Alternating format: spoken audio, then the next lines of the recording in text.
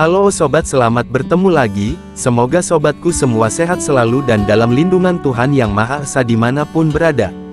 Di sebuah desa kecil yang dikelilingi hamparan sawah dan suara gemericik sungai, hiduplah seorang pemuda bernama Porhot.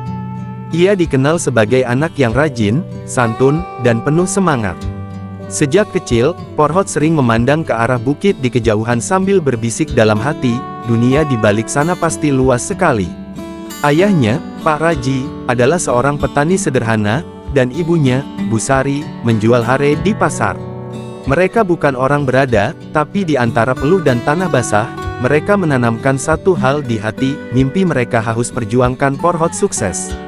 Suatu sore, saat matahari mulai turun perlahan ke balik sawah, Porhot pun duduk di beranda rumah sambil memandangi secari kertas usang, tiket perjalanan menuju negeri seberang, dan berkata, "Pak, Buk, saya mau pergi merantau."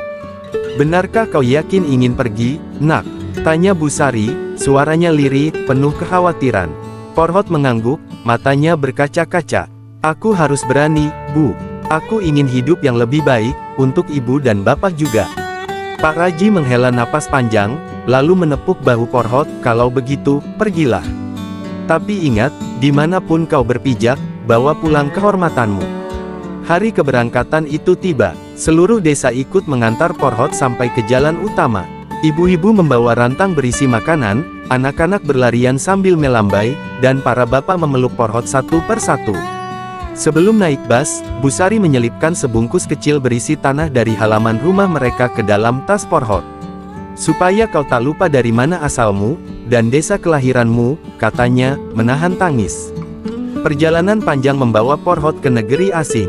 Segalanya berbeda, udara, bahasa, bahkan aroma makanan di jalanan.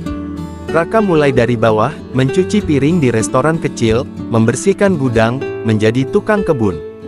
Kadang malam ia menangis diam-diam di kamar sempitnya, merindukan rumah, merindukan suara jangkrik di desa.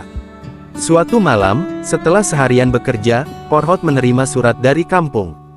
Surat itu berbau kertas tua, dengan tulisan tangan ibunya. "Nak, kami baik-baik saja di sini. Sawah sudah panen. Jangan menyerah, ya. Setiap pagi, ibu selalu berdoa untukmu. Sehat-sehatlah, dan tetap jadi Porhot yang kami kenal, jujur, pekerja keras, dan berani bermimpi. Kami bangga padamu, Nak." Surat itu menjadi pelita bagi Porhot. Ia berjanji pada dirinya sendiri untuk tidak menyerah. Waktu berjalan, lambat laun, berkat kegigihannya, Porhot dipercaya mengelola restoran tempatnya bekerja. Ia belajar berbisnis, mengatur keuangan, hingga akhirnya berani membuka usaha kecilnya sendiri, sebuah warung makan sederhana yang menyajikan makanan khas kampung halamannya. Warung kecil itu ramai. Orang-orang menyukai rasa masakannya yang tulus, juga sikapnya yang ramah. Setiap pelanggan yang datang merasa seperti menemukan kehangatan rumah. Pada suatu malam, setelah melayani pelanggan terakhir, Porhot duduk di depan warungnya, menatap bintang-bintang. Seorang teman kerjanya, Lina, duduk di sebelahnya dan bertanya, "Apa kau pernah menyesal, Porhot, meninggalkan kampungmu?"